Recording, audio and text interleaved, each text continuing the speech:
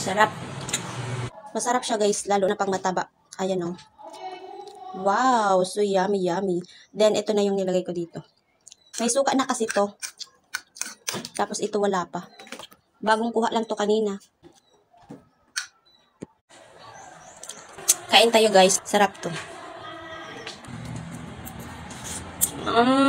Sarap.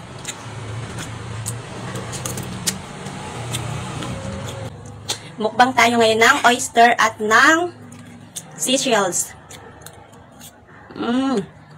Sarap.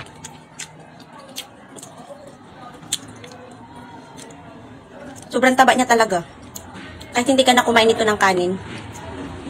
Ayan o. Yung lasa niya is parang malinamnam siya.